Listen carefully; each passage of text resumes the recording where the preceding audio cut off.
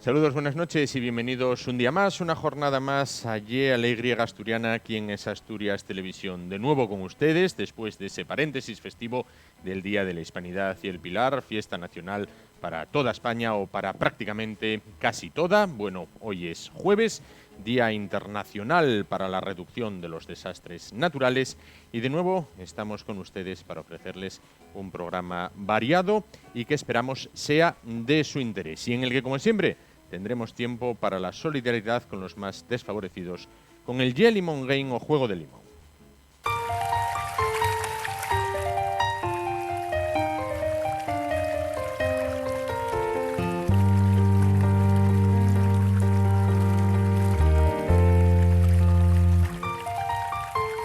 En el corazón de Asturias, Las Caldas Villatermal.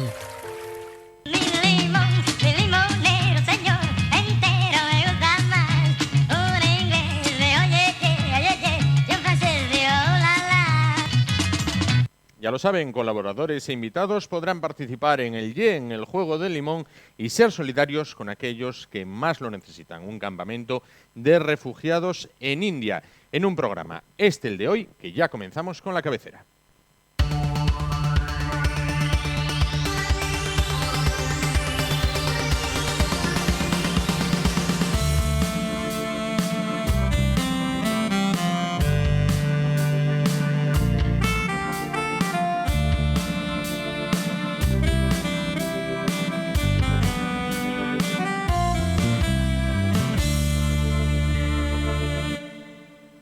Continuamos en esta noche y vamos a hablar a continuación de un estudio que pone en marcha la Universidad de Oviedo, más concretamente la Facultad de Psicología, en la cual, se estudia la adicción al juego. Bueno, para hablar de este programa y para hablar de temas que tienen que ver precisamente con esa adicción, con la adicción al juego, quizás una de las más peligrosas en nuestro país. Bueno, pues se encuentran con nosotros esta noche José Ramón Fernández Hermida, profesor de Psicología de la Universidad. ¿Qué tal? Buenas noches. Buenas noches. Y junto a él, Aris Grande, psicóloga investigadora precisamente de este proyecto del juego. ¿Qué tal? Buenas noches. Bueno, pues entonces, ¿en qué consiste el estudio que ustedes ponen ahora en marcha? Bueno, el estudio surge de un encargo de la Dirección General de Salud Pública, que a su vez procede de una decisión del Consejo de Juego de Asturias. La ley del juego en Asturias prevé que debe existir, sin lugar a dudas, un plan de prevención del daño que puede hacer el juego con apuestas, que está regulado precisamente en esa ley, ¿no? Y esa prevención inicialmente debe apoyarse, para ponerse en marcha, debe apoyarse en datos que hagan referencia al número de personas que están afectadas por esta problemática. Sí.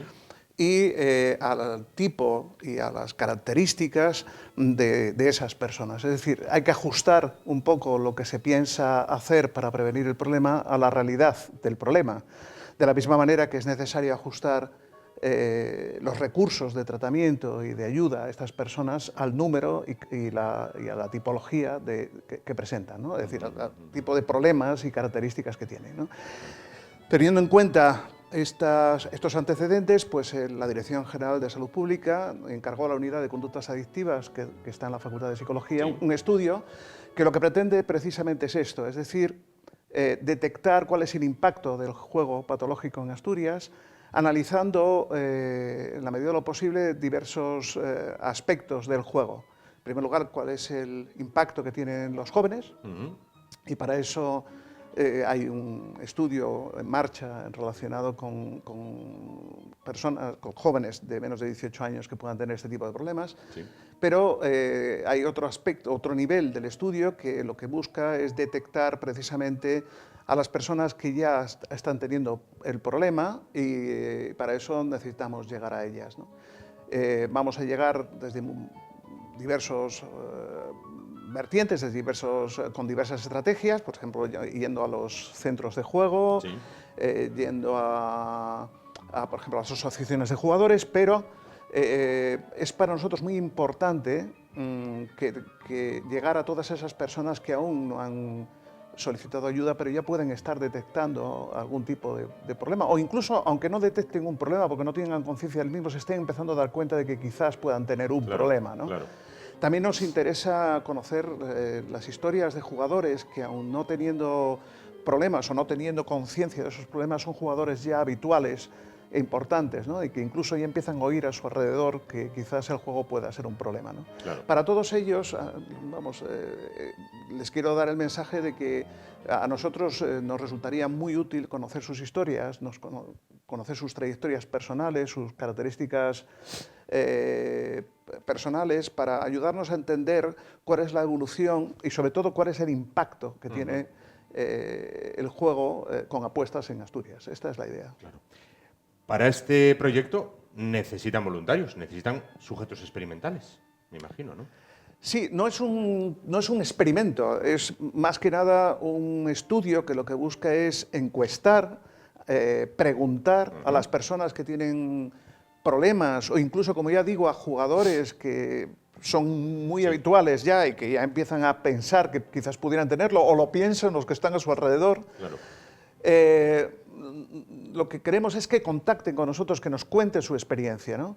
La verdad es que les ocuparemos muy poco tiempo, buscamos este tipo de personas con una clara idea de mantener una estricta confidencialidad y un anonimato absoluto, pero lo que nos interesa es conocer cuántas personas puede haber en Asturias que aún no han contactado con ningún tipo de servicio de salud mental ni asociaciones de jugadores y que están teniendo estos problemas en su intimidad, en su familia y que en muchos casos, pues yo creo que les vendría bien incluso contárnoslo, con el fin de que si viéramos que en el transcurso de la entrevista que pudieran necesitar ayuda, les pudiéramos incluso aconsejar o sugerir el camino que pudieran seguir para mejorar su situación, ¿no? Claro. Aquellas personas que se animen a participar, ¿cómo hacerlo? ¿Cómo participar con ustedes? Pueden llamar al número de la unidad, que es el 985 10 41 89, o nos pueden enviar un email a grupoca@uniobe.es y cualquiera de nosotros en la unidad le recabaríamos los datos, nos pondríamos en contacto con ellos y bueno, podremos ver en qué medida también les podemos ayudar. Incluso también familias que quisieran llamarnos, que tuvieran dudas con respecto a cómo ayudar a sus familiares, tuvieran dudas sobre si un familiar tiene problemas con el juego, nosotros podríamos facilitar también la derivación a las asociaciones oportunas, que en este caso es LARP, la Asociación de Jugadores Rehabilitados de aquí de Asturias. Vamos a repetir el teléfono, 985 10 41 89, Eso correcto. es. Vale. ¿Cómo puede ser de perjudicial un juego adictivo para una persona y para su entorno familiar? Bueno, el problema con el juego, si bien todas las conductas adictivas afectan ya no solo a la persona, sino al entorno familiar y también al área social, al área laboral, etcétera, el juego ataca directamente a la economía de una familia y es tan obvio que resulta, bueno, pero es que es la verdad. Sí. Acaba con el sueldo de la persona, acaba con el sueldo de la familia, acaba con deudas, la persona puede acabar en paro, puede afectar la educación de los hijos, conlleva ocultación, conlleva mentiras y todo está ligado a la pérdida del control al fin y al cabo. El juego acaba embebiendo tu vida y tu vida solamente se ciña a la conducta de juego, digamos. Claro. Por otra parte, ¿hay jugadores adictivos y no adictivos? Es decir, ¿podemos diferenciar entre jugadores que juegan dinero y otros que juegan, pues no sé, contra el ordenador o a un juego contra un amigo, pero simplemente por el placer de jugar o de pasar el rato? Claro. El juego es una actividad conocida desde los albores de la humanidad. Es decir, contaba el responsable de la oficina de drogas aquí en Asturias que recordaba, bueno, los episodios literarios en donde se dice que los romanos se jugaban a los dados muchas cosas, ¿no? Sí. Está en la Biblia, se llegaron a jugarse se juegan a los dados la sí, ropa de Jesucristo, ¿no? Sí. El juego es una actividad que tiene mucha tradición y por lo tanto, bueno, es un entretenimiento que, digamos, que está acompañando a la humanidad desde hace mucho tiempo, ¿no? Y el dinero es un incentivo para ese entretenimiento, ¿no?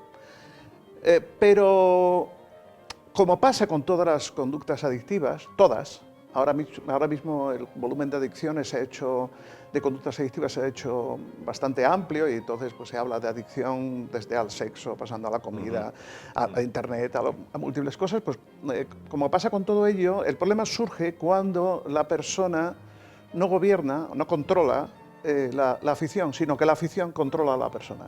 Claro. Esto no es, en principio, no hay que entenderlo como una especie de enfermedad bíblica que le caiga a la persona, sino que forma parte de muchos factores que están jugando, digamos, ahí en contra de esa persona, ¿no? Las circunstancias en las que se adquiere el hábito, las características personales que le pueden hacer más susceptible o vulnerable a padecer luego unas conductas repetitivas de las que no puede salir, el empobrecimiento creciente que pasa en muchos adictos en su vida, de tal manera que solamente ese hábito es la fuente de satisfacción y, sin embargo, todo el resto de los aspectos que para nosotros son muy importantes pasan en un segundo plano. Es decir, hay muchos factores que pueden jugar en contra de esa persona para que se convierta en un jugador con una adicción, ¿no? Y en ese sentido, pues la explicación de la adicción de cada persona está en su propia historia. Por mucho que intentemos conseguir un patrón que nos permita predecir qué es lo que va a pasar con una persona, en fin, cuando comienza a jugar, qué tipo de juego hace, etcétera, etcétera, eso no va a ser tan definitorio como el hecho de a veces conocer la propia historia y ver cómo se han ido brincando y relacionando multitud de factores que hacen que a una persona tenga un juego adictivo, mientras las otras muchas jugando a ese juego no tienen un comportamiento adictivo. Y la persona que no juega a un juego de dinero, que juega por el simple hecho de jugar, como otro juega al fútbol, por ejemplo, ¿corre el riesgo de pasar al lado oscuro? Sí. Sí, no está para nada exenta de ese riesgo. Como ya digo, hay fenómenos múltiples en nuestra vida diaria, en una sociedad además como esta tan rica en objetos de deseo, al final, que pueden convertirse en objetos adictivos y convertir la vida de uno pues, en un problema.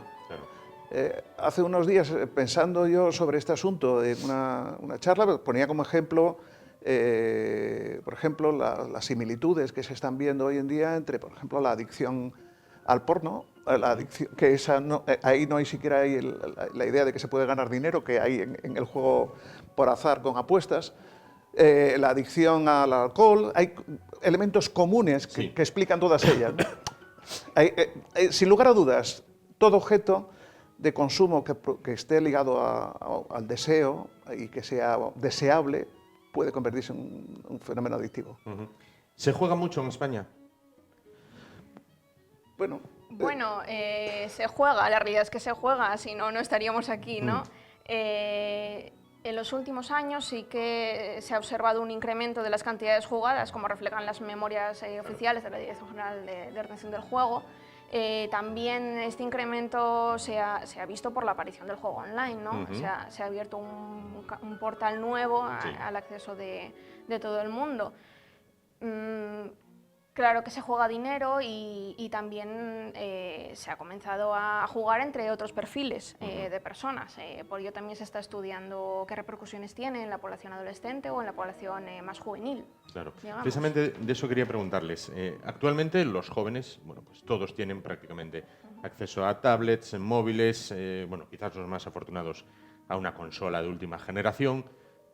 Esto entonces, el jugar desde muy pequeñitos, ¿puede derivar a que luego tengan problemas como los que ustedes van a analizar? Bueno, esta es una de las cuestiones que queremos precisamente investigar. Vamos a ver, estamos ante fenómenos muy nuevos, con poca historia. Hasta hace 2 días apenas existían ordenadores. Lo digo yo que yo soy un poco mayor, ya tengo más edad, ¿no? Tenemos poca historia sobre esto. Conocemos poco la evolución de cómo se llega a ser un jugador con problemas y patológico, ¿no? Entonces, podemos decir lo siguiente, contestando su pregunta. Podemos decir que, efectivamente, el estar familiarizado con el manejo y los juegos a través del ordenador puede ser un elemento que facilite, por ejemplo, el desarrollo del juego y las apuestas online. Y que el juego y las apuestas online tienen un potencial adictivo, eso parece bastante evidente. Claro. No todos los juegos tienen el mismo potencial adictivo, pero precisamente los juegos online se caracterizan precisamente por su alta disponibilidad, por la rapidez con la que se obtienen posiblemente se pueden obtener las recompensas, ¿no? Claro. Por el acceso fácil, pues evidentemente tienen un potencial adictivo alto, ¿no? Entonces, puede haber cierta relación entre una generación joven que ya está muy familiarizada con este tipo de tecnologías, y el acceso a juegos más adictivos. Pero si le tengo que ser sincero, si usted me preguntara, bueno, ¿hay alguna relación entre los jóvenes que son, digamos, más competentes y más capaces en el ámbito del manejo de las nuevas tecnologías y la presencia o la aparición de juego patológico? Yo ahora mismo no podría dar una respuesta segura, porque no lo sabemos. Claro. ¿Es cierta la correlación de cuando un país está en crisis económica, la gente juega más buscando ese golpe de suerte que diga, mira, me tocó y adiós a la crisis? Según los datos oficiales que hemos podido ver y que cualquier persona puede ver, también con la crisis económica sí que bajó un poco el nivel de cantidades jugadas, pero sigue más o menos estable. Y esto se puede deber a que las personas juegan por diferentes motivos. Por ejemplo, diferentes estudios reflejan que los varones, y hablo en generalidades, por supuesto, claro. los varones suelen jugar más por motivos de, llamamos, de excitación, bueno, de emociones positivas, de riesgo también. Sí. Sin embargo, las mujeres se inician más tardíamente en los juegos de apuesta y juegan más bien por motivos de escape, que es lo que llamamos. Bueno, pues tengo una preocupación, voy a jugar para evadirme, digamos, ¿no? Y este podría ser unos motivos que podría influir, pero bueno, tampoco lo sabemos muy bien. En España existen estudios muy fragmentarios, no contemplan todos los rangos de edad. También la literatura previa dice que los adolescentes tienen mayores tasas de problemas de juego que los adultos, y hasta 4 veces más. Y esto es un fenómeno bastante extraño, ¿no? Que es precisamente una de las cosas que nos gustaría estudiar. ¿Qué es lo que pasa por el camino para que haya una reducción tan grande? Claro. Por otra parte, yo por lo que veo, entonces pasa un caso, mucha gente se puede estar preguntando, como con el tabaco. Todos sabemos que es muy malo y, sin embargo, nadie lo prohíbe. En el juego pasa lo mismo. Todos sabemos que es muy malo y, sin embargo, a cierta hora de la noche pones la tele y hay juegos online donde te juegas tu dinero, hay multitud de empresas dedicadas al juego, el juego está permitido. Es curioso, entonces. Pasa como con el tabaco, es muy malo, pero nadie lo prohíbe. Yo no diría que el juego es muy malo. Vuelvo a repetir, el juego, como cualquier otra actividad, tiene que tener regulación. Uno de los mayores problemas de salud pública que hay en los países más avanzados es la obesidad. Sí. Nadie diría que el azúcar y los alimentos son malos y que hay que prohibirlos, ¿no? Claro. Yo no creo que sea un problema de prohibición. En España la regulación del juego no está mal.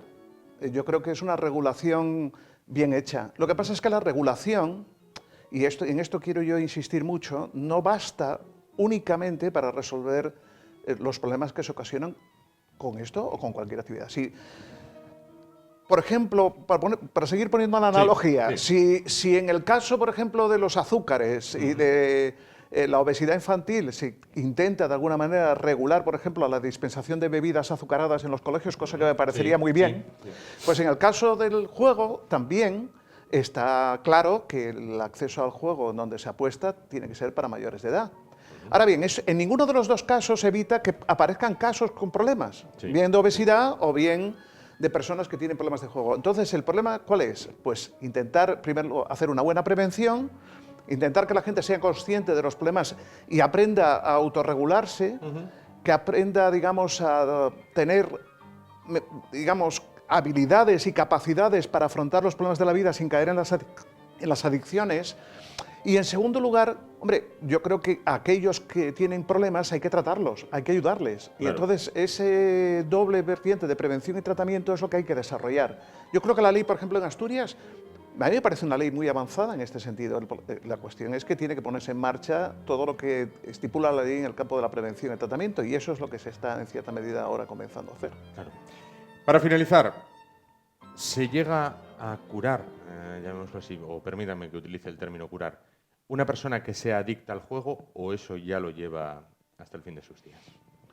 Bueno, como ocurre en cualquier adicción, todo tiene remedio, digamos, y de la forma en la que se entra también se puede salir, es obvio. Si bien esas personas tienen que llevar un tratamiento específico, que además no comprenda solamente a la persona en cuestión, sino a su familia, puesto que también son personas importantes en el curso de ese tratamiento y que también son afectadas de alguna manera, ¿no? Forman parte de ese entorno y ellos también reciben esas consecuencias. Por lo tanto, los tratamientos ideales que podría conllevar sí, las adicciones al juego tendrían que comprender ambas vertientes, familia y bueno. De todas las jugador. adicciones se puede salir. Se puede salir. De todas.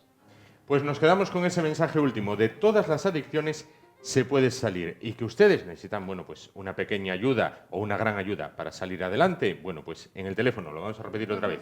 985 10 41 89 de la Universidad de Oviedo. Bueno, pues quizás puedan pues tenderles esa mano o abrirles ese puente que les lleve a superar la adicción al juego, en este caso. Muchísimas gracias, José Ramón Fernández Hermida. Muchísimas gracias, Aris Grande, por estar esta noche con nosotros. Bueno, y bueno, pues, desglosarnos lo que es, desmenuzarnos lo que es este programa que ponen en marcha desde la universidad. Muchas gracias. Gracias a vosotros. Y nosotros nos vamos ahora a publicidad y dentro de un momento volvemos para continuar con el programa de hoy. Hasta ahora.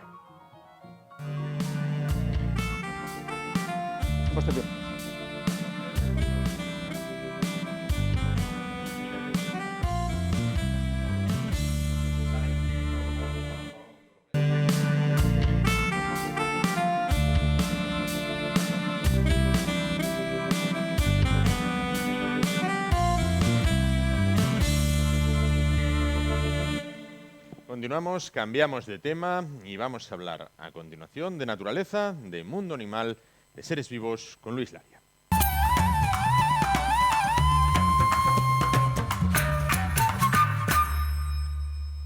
Luis, ¿qué tal? Buenas noches. Muy buenas noches. Bueno, Luis, la actualidad manda y hay que hacerse eco, tal y como se han hecho, después hablaremos del impacto mediático que ha tenido, bueno, pues de este calamar gigante que aparecía en bares, en La Coruña, primero vivo y después, bueno, pues ya... Vamos a ver, ¿qué fue lo que ocurrió? Sí, bueno, a priori, cualquier calamar que aparezca siempre nos va a dar una información, porque obviamente como lo desconocemos, cómo evoluciona en su mundo natural, cada cadáver, cada necropsia que hacemos siempre nos está aportando informaciones y a veces muy singulares, ¿no? Como es el caso de este ejemplar. Nos llaman sobre la 1:45 de la tarde, nos llama el presidente de una organización que es similar a la nuestra en Galicia, que es en este caso CENMA, y nos dice que acaban de saber que vara un calamar gigante. Obviamente desplazan para allá personal de su equipo y va también la Guardia Civil. Nosotros tardamos unas 2 horas y media desde Luarca, llegamos allí y efectivamente había un calamar varado en la arena, ya lo tenían cubierto con una manta húmeda mojada, etcétera, y al levantarlo pues obviamente estaba lleno, completamente igual que una croqueta lleno de arena, ¿no?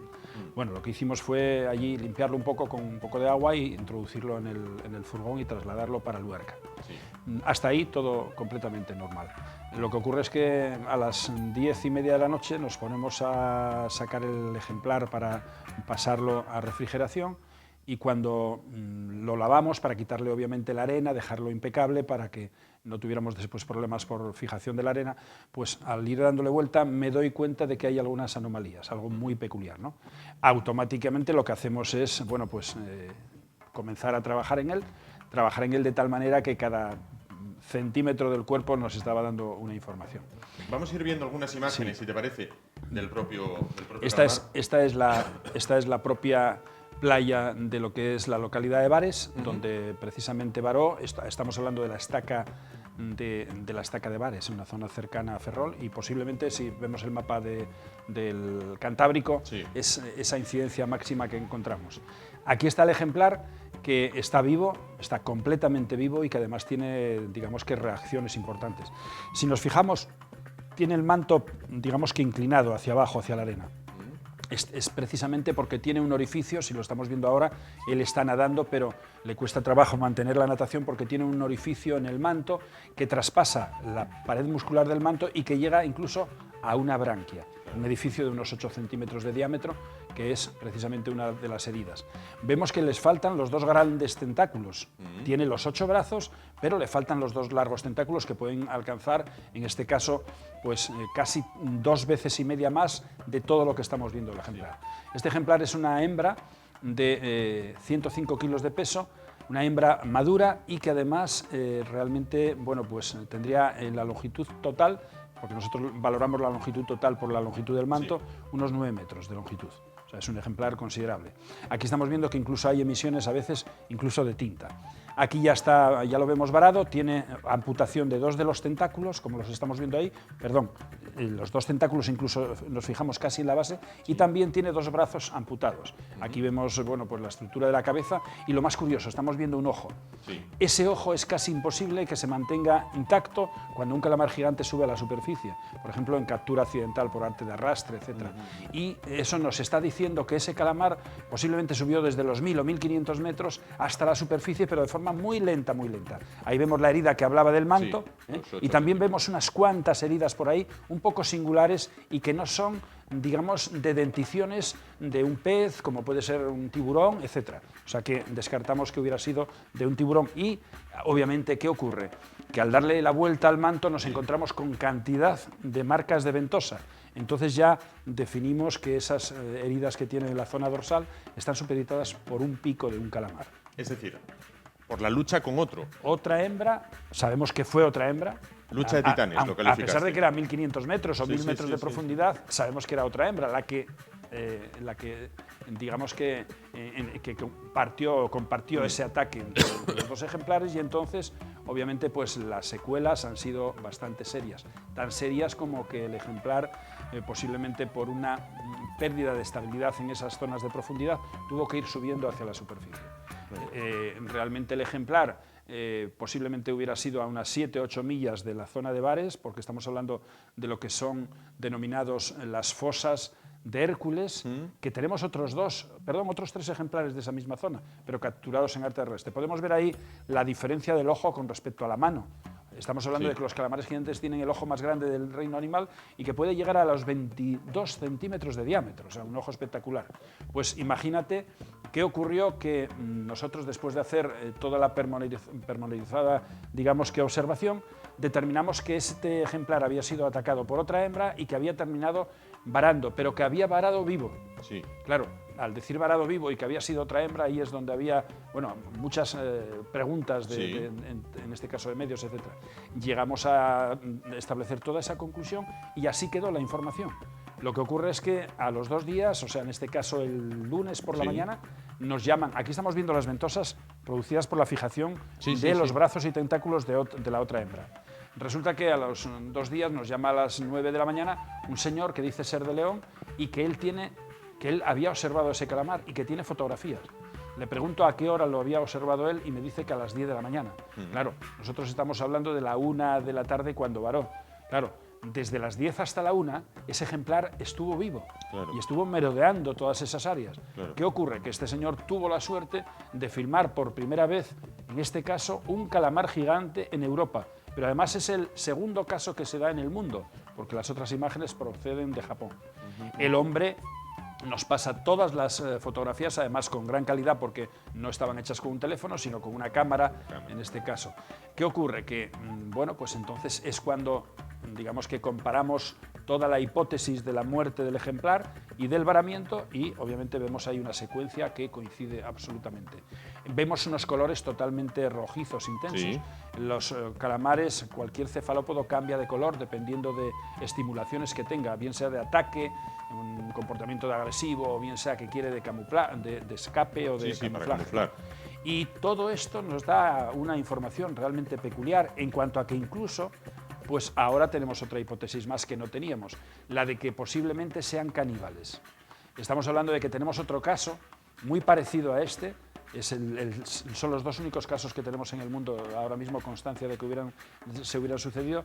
Uno precisamente en la vertical de Villaviciosa, un ejemplar que apareció flotando y que sabemos que ese ejemplar también se atacó, en este caso tuvo otro ataque con otra hembra y murió además asfixiado.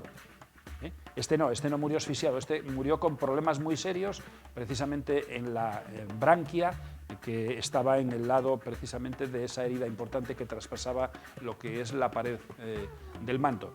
y obviamente, pues claro, ahora tiene una repercusión interesante porque ya podemos determinar también algunas condiciones de su forma de vida. Hasta ahora no podíamos decir que estos ejemplares podrían comportarse como un calamar convencional, que a veces tenemos a alguien que está pescando en una embarcación, en una lancha, está subiendo la potera, está subiendo un pequeño calamar y de repente cuando ya está casi a punto de izarlo a bordo, viene otro calamar y se lo lleva por la mitad o entero. O sea que entre ellos son unos grandes depredadores y ahí tenemos una muestra de un ejemplar que nunca se ha visto vivo en su mundo natural, por decirlo así, evolucionar, pero que nos está dando información de incluso esa socialización precaria que tienen en algunas ocasiones. Te comentaba antes, calificabas esa lucha de una con otra de lucha de titanes, prácticamente la que se dio. Imagínate dos ejemplares que miden 9 metros o 10 cada uno, que se atacan entre sí.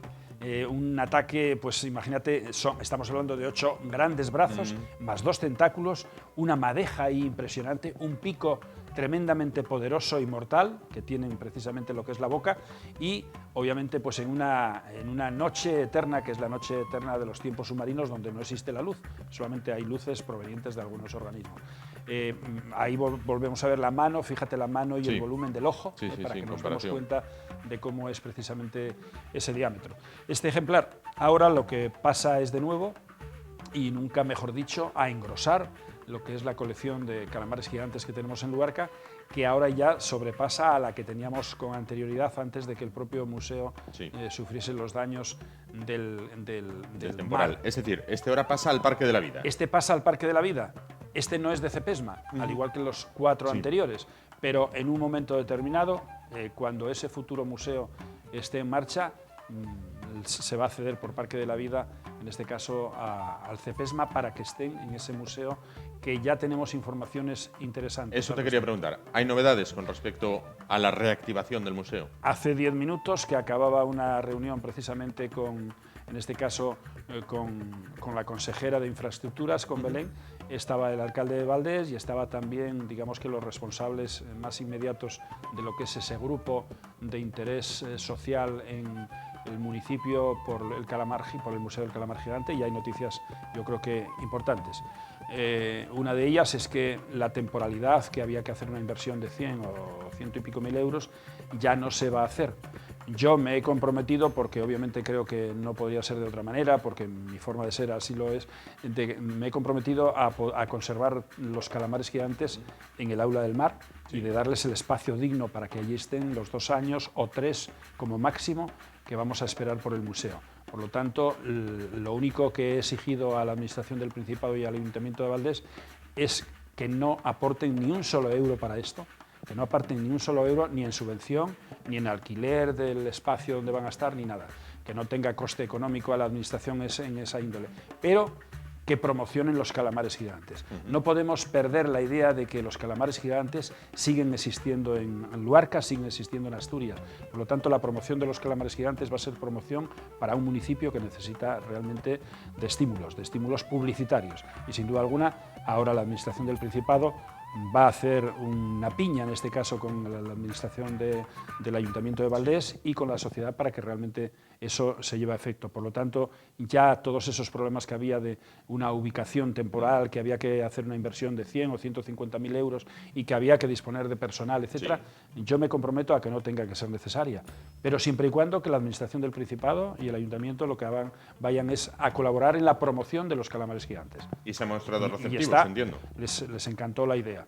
Y después hay la otra, que es ya la solución definitiva al Museo del Calamar Gigante, que se está valorando ya a partir de esta misma semana, ya se pone en marcha un proyecto para, digamos que para hacer el estudio de viabilidad marina en cuanto a lo que es el espacio en el que está ahora mismo el edificio, buscar la alternativa, y en el plazo de 3 años, de una u otra manera, va a existir el Museo del Calamar Gigante. En el caso de que el coste económico de esa ubicación actual sobrepasase, digamos que las condiciones lógicas, el edificio se haría justo de forma inmediata a lo que es el nuevo edificio que albergará los juzgados y que precisamente hoy mismo se aprobó en lo que es Luarca, en Villar. Por lo tanto, ya tenemos de forma oficiosa que efectivamente en un plazo como máximo de 3 años el Centro del Calamar Gigante existiría en Luarca. En el horizonte 2020, entonces, podemos afirmar que las previsiones son... No, antes. Estamos hablando de que en el 2018-19 estaría el museo ya en marcha. Échale 20. Vamos a echarle 20. Échale 20. Pero bueno, la suerte es que vamos a poder tenerlos en Luarca, que van a seguir estando en Luarca y que no van a estar almacenados ni en un prado ni en ningún sitio, o que no van a tener un coste económico ni a la administración ni a la sociedad. Claro. Buena noticia para el occidente asturiano y buena noticia en general para toda Asturias. Que bien necesitados estamos de algo que traiga gente que, bueno, visite y potencie las zonas. Efectivamente, y yo creo que tenemos que aprovechar cualquier sinergia que sea positiva, porque yo creo que Asturias, en el conjunto, necesita de una impactación mediática, porque estamos en un momento en que el turismo puede ser una herramienta fascinante, pero no solamente para lo que es el mes de agosto. No, tenemos que desestacionalizar el turismo en Asturias.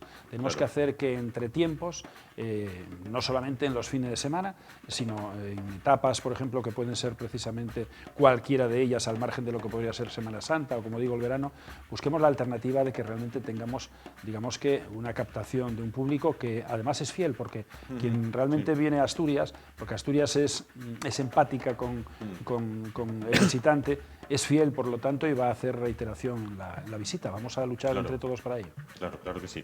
Bueno, volviendo a las imágenes que veíamos del calamar, señalabas también, porque ha tenido un impacto mediático tremendo. Nosotros tenemos una fuente de consulta que nos dice, registra todas las apariciones en medios de comunicación de una de las noticias que nosotros provoquemos, ¿no? Entonces, tenemos ahora mismo la información que tenemos es de 167 medios escritos, o sea, periódicos escritos, 167. Los digitales son incontables. En emisoras de radio ha habido una entrada de esta noticia y entrevistas por valor de 46, no quiero mentir ahora, si 46, si 47 emisoras de radio que dieron la noticia, no solamente, incluso en España. Y televisiones, en total ha habido 37 medios de comunicación televisivos que en este caso dieron la noticia. Algunas de ellas incluso, pues por ejemplo, podemos decir una televisión canadiense. O sea, ha sido tremendamente variopinta lo que es la condición de diversificación de la información de este calamar, que, como digo, marca un hecho histórico no solamente en el aspecto de la muerte, no solamente en el aspecto del conocimiento de cómo se produce el varamiento, sino incluso de esas imágenes que en realidad son unas imágenes inéditas, porque el propio señor que grabó la imagen, que precisamente Javier, pues no era capaz a entender después la repercusión mediática, porque estamos hablando de que ha recibido una inmensidad de llamadas como protagonista que había sido de la captación de las imágenes, ¿no? Pues buenas noticias entonces en lo que se refiere al futuro del Museo del Calamar. Impresionante la información con este calamar, bueno, varado en la estaca de Bares, valga la redundancia. Y Luis, muchísimas gracias por acercarte esta noche, recién salido de la entrevista con la consejera, acercarte, bueno, hasta nuestros estudios. Pero un momento. Sí. Quiero ir a un balneario. Quiero ir. Efectivamente, entonces, efectivamente, eso te iba a decir. El otro día no, por premura de tiempo. Voy a intentarlo, Vamos a intentarlo. Ahora, oye, sobre todo en el invierno, siempre apetece así, ese agua termal. Voy para allá. Vamos allá. Voy a tener que conformarme con las duchas de agua fría, que son muy interesantes porque oxigenan también el cerebro y entonces piensas más. Y despejan el cerebro, sin duda. Luis, muchísimas gracias por estar con nosotros esta noche y traernos esta información, como siempre, interesante. Gracias muchísimas a vosotros. Gracias. Y nosotros nos vamos a publicidad y rápidamente afrontamos la recta final del espacio de hoy. Hasta ahora.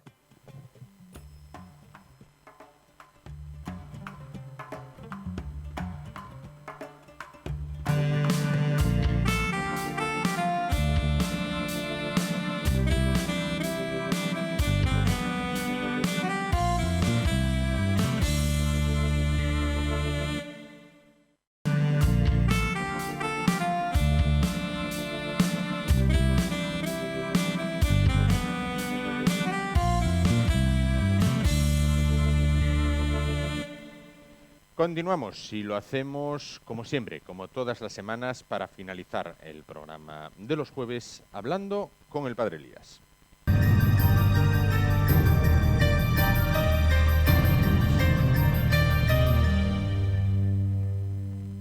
Elías, ¿qué tal? Buenas noches. Bien, y tú bien Todo también, bien, ¿eh? todo bien, todo Me alegro. correcto. Elías, antes de ir con el tema que nos ocupa hoy, que es la consciencia crítica y creadora, quería comentarle un tema que ha salido en prensa hace unos días, un caso de exorcismo en Oviedo, donde unos jóvenes, bueno, pues parece que trataban de sacarle el demonio a una chica también joven aquí en la capital asturiana. Bueno, los vecinos alertaron a la policía llegó y tuvieron que llevarse a la chica, en este caso, al hospital. Esto de andar con exorcismos no son juegos, ¿no? ¿Qué va? Es peligrosísimo. Para mí es más peligroso todavía que la Ouija, porque en la Ouija se trata de intentar un contacto con los muertos, pedirles ayuda, y claro, a través del vaso y de la fenomenología pues, de la Ouija, desde el más allá recibes unas respuestas y las tomas totalmente en serio. Yo conozco el caso de una madre que se le murió la hija, intentó contactar con ella a través de la Ouija y recibió la respuesta de que mientras no fuese a su lado la madre, la felicidad de la hija no era completa. Y creyendo que esta respuesta desde el más allá a través de la Ouija era auténtica, intentó suicidarse 3 veces. ¿Verdad? Claro. Entonces, el exorcismo, nos encontramos con una experiencia de presencia diabólica que está haciendo un daño grande a una persona, pero bueno, para ayudarla, hace falta tener experiencia y tener conocimiento de lo que es el demonio y de cuál es la metodología que emplea la Iglesia para expulsar los demonios, Claro. ¿verdad? Porque yo personalmente creo que el demonio existe. No me detengo a aclarar si es personal o es una fuerza impersonal, lo mismo que el virus, no sé si es persona o ni siquiera es organismo multicelular, es un bicho, Sí. es algo, una fuerza, una energía que destruye la salud del cuerpo, ¿verdad? Claro. Bueno, pues para mí lo demoníaco es todo lo malo, todo lo que hace daño al hombre, sea corporalmente, mentalmente, espiritualmente. Para mí tiene un origen que no es Dios el autor de esas acciones, ¿verdad? Es otra fuerza. Entonces el tema de Dios y del diablo está en la historia humana como está la historia del bien y del mal, ¿eh? Claro. La guerra y la paz, Sí. ¿verdad? La salud y la enfermedad. Bueno, pues juegos pocos entonces. Peligrosísimo. Con el tema de los exorcismos. Bueno, aclarado esto, vamos con el tema de hoy, consciencia crítica y creadora, consciencia civilizadora. Bien, entonces en primer lugar hago una afirmación. La capacidad autocrítica, la capacidad, es una fuente de mayor conocimiento y mayor autotransformación personal. Bueno, entonces desmenuzo ahora esta afirmación un poco genérica en 3 clases de conciencia autocrítica y cuáles son las ventajas de esa conciencia autocrítica. Primera, conciencia autocrítica nos capacita para hacernos preguntas a nosotros mismos sobre temas interesantes. Por ejemplo, ¿quién soy yo? ¿Cuántas personas son capaces de hacerse esta pregunta? ¿Quién soy yo realmente? ¿Cuál es mi verdadera identidad? ¿Qué es lo que me hace más feliz diariamente? ¿Qué es lo más importante para mí en la vida? Ser capaz de hacerse estas autopreguntas significa ya un nivel de evolución bastante avanzado. Segunda, conciencia autocrítica nos capacita para superar miedos. Sí. El miedo a lo nuevo y desconocido, el miedo al riesgo, a la libertad, a la responsabilidad. Y otro tercer miedo, el miedo a la muerte y al más allá. Cuanto más evolucionada esté la conciencia, menos miedo hay, porque la mayor parte de la causa del miedo es la ignorancia. Cuanta más ignorancia, más miedo, Claro. ¿verdad? Tercera capacidad de la conciencia autocrítica, nos capacita para cambiar actitudes. Doy 4 ejemplos. Sí. En primer lugar, mi actitud ante la palabra. Me pregunto, ¿soy partidario del diálogo o del monólogo? Mi actitud ante mis éxitos.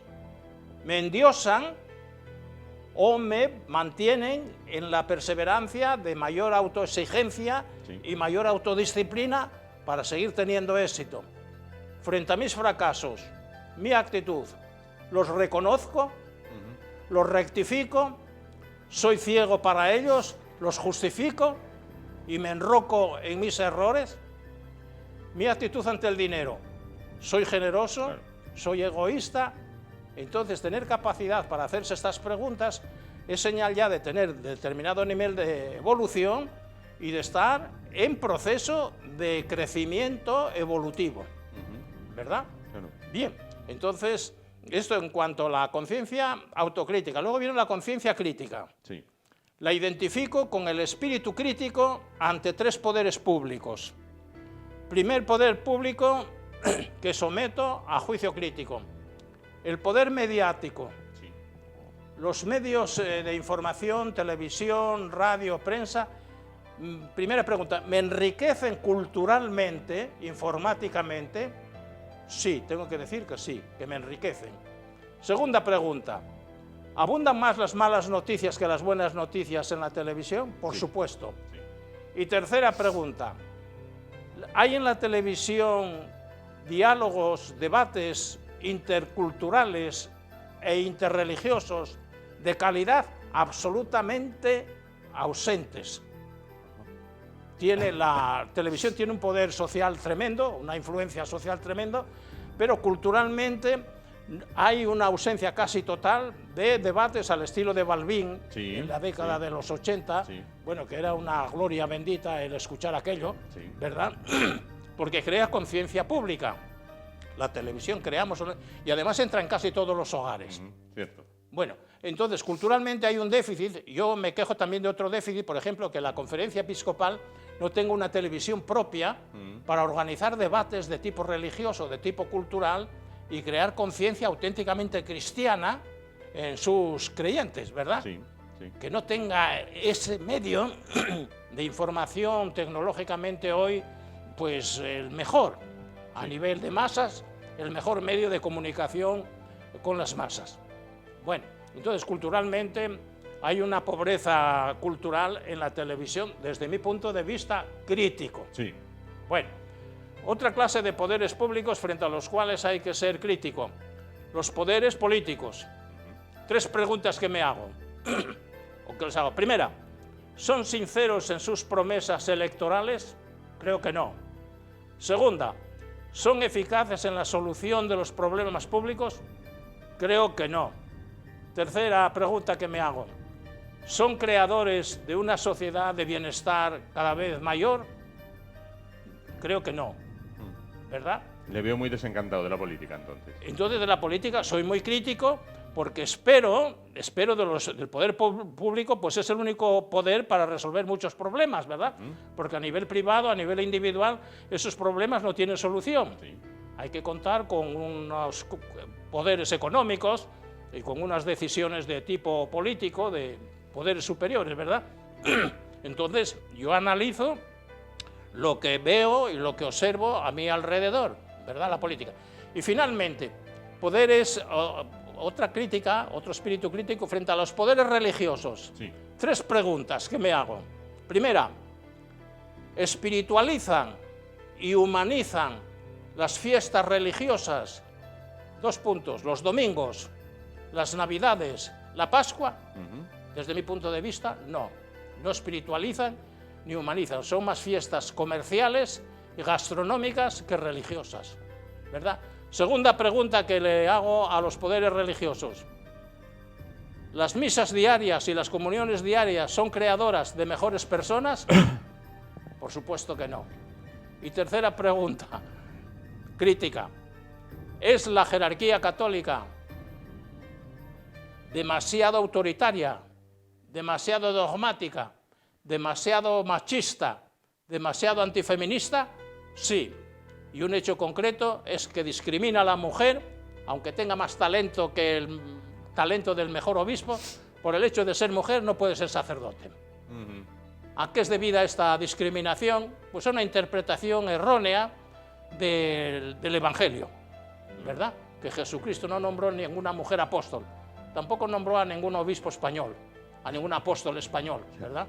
Cierto. Bueno, entonces con una mentalidad, con una interpretación un poco más amplia, la mujer, pues en la sociedad civil, en la Declaración Universal de los Derechos Humanos, no puede ser discriminada por razón de sexo. Pues la Iglesia la discrimina por razón de sexo. ¿Cómo califica, al hilo de esto, cómo califica la labor que está realizando el Papa Francisco? El nuevo... Muy bien. Muy bien a nivel de espíritu evangélico, a nivel de cercanía con la gente socialmente menos importante, los excluidos o los marginados socialmente. Y luego espíritu evangélico, una libertad interior muy grande para actuar en coherencia con sus convicciones íntimas y profundas, ¿verdad? Entonces yo lo encuentro evangélico en cuanto a estas cualidades de sencillez, de humanismo, de solidaridad con el más desvalido. Sí. Bueno, en este sentido merece toda mi admiración. Ahora, lo encuentro tímido y poco capaz de tomar decisiones a nivel más profundo, por ejemplo, renovar o examinar en profundidad estos dos problemas que tiene la Iglesia. El celibato obligatorio del sacerdote, ¿qué sentido tiene hoy esto? ¿Verdad? Y qué cantidad de vocaciones se pierden porque para ser sacerdote tienes que renunciar al matrimonio, sí, ¿verdad? Bueno, entonces no es capaz de afrontar el problema del celibato sacerdotal ni del sacerdocio femenino, ¿verdad? Teológicamente, pues es un tema cerrado. Bien, bien. Y finalmente hablaba de la conciencia creadora. He expuesto la conciencia autocrítica, la conciencia crítica entre los poderes públicos y ahora finalmente 3 palabras sobre la conciencia creadora de civilización. Sí. ¿Qué entiendo yo por civilización? La totalidad de los inventos creados por la mente humana. Primera característica de la civilización. Sí. Segunda característica, un mayor nivel de bienestar y de calidad de vida gracias a estos inventos humanos. Y pongo, por ejemplo, la vivienda, cómo vivía el hombre de Atapuerca, sí, en grutas, y cómo se vive hoy en Oviedo o en cualquier parte pues, de España, ¿verdad? Entonces, el problema de la vivienda, lo que ha mejorado, el problema del transporte, de desplazarse en burro o en camello, a desplazarse sí, en coche, en avión, o qué sé yo, en tren, veloz, bueno, y el tema de la comunicación humana, de comunicarse exclusivamente por carta, a comunicarse a través de la televisión, de internet. Bueno, estos 3 niveles de bienestar social son constituyentes de la civilización humana. Y un tercer rasgo de la civilización humana, no está completa, no está acabada. Habrá más civilización humana si hay más desarrollo mental, cultural y científico, y si hay más desarrollo ético, más crecimiento en valores humanos, y si hay más crecimiento y desarrollo en los valores espirituales, entendiendo por lo espiritual esencialmente 2 realidades, Dios y el alma humana. Habrá otras realidades espirituales, pero lo esencial, lo arquetípico del mundo espiritual es Dios, que es espíritu absoluto, y es el alma humana, que es predominantemente inmaterial, aunque sea capaz de interaccionar con la materia, como sí, interacciona la conciencia espiritual con las neuronas cerebrales, ¿verdad?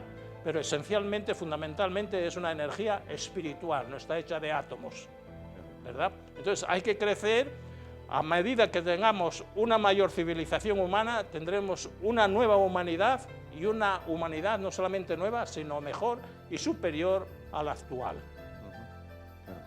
¿Es usted entonces optimista con respecto al futuro de la persona humana? Sí, yo soy optimista, pero con los pies en la tierra. Creo en el progreso humano, pero analizando, por ejemplo, el progreso humano que ya conocemos, la cantidad de siglos que hemos tardado en descubrir determinados inventos, ¿verdad? El progreso existe, pero hay inventos y hay progresos que exigen mucha cantidad de tiempo, ¿verdad? Para que emerjan y desarrollen y prosperen. Yo, por ejemplo, conozco la resistencia que han conocido algunos inventos, por ejemplo, Newton, la ley de la gravitación universal, bueno, pues tardó muchos años en ser aceptada por la comunidad científica, ¿verdad? Entonces, lo novedoso, lo que choca con lo tradicional, encuentra cierta resistencia o mucha resistencia para crecer y terminar siendo idea dominante. Claro. Bueno, Elías, llegamos así al final del tema de hoy. Hay que quedar emplazados para la siguiente semana, para hablar de... Bueno, pues entonces la próxima semana voy a traer un tema también polémico, que es la misteriosa felicidad humana.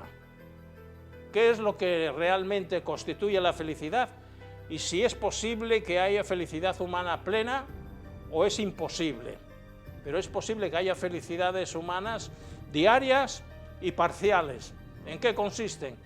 Traeré pues datos que ilustren esta creencia. Lo veremos entonces. Antes de irnos, vamos a cerrar la semana con el tema limón. Bien, bueno, vamos a ver si... Vamos a ver si hay suerte.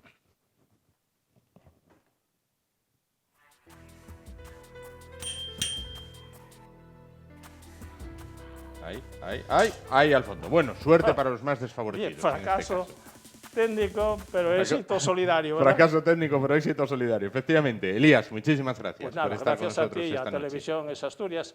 Así que estaremos pendientes el jueves y luego he visto que el viernes también por la mañana lo repiten. Efectivamente. Con esa redifusión al día siguiente en 2 tramos, uno por la mañana y otro por la tarde. Llegamos así al final del programa de hoy, llegamos así al final de la semana. Nos vamos, no sin antes recordarles que el martes, de nuevo a las 10 de la noche, volveremos para estar con ustedes. Será aquí en Es Asturias Televisión. Ya saben que tiene un correo electrónico ye@esasturias.tv para ponerse en contacto tanto con nosotros como con las personas que participan en este programa.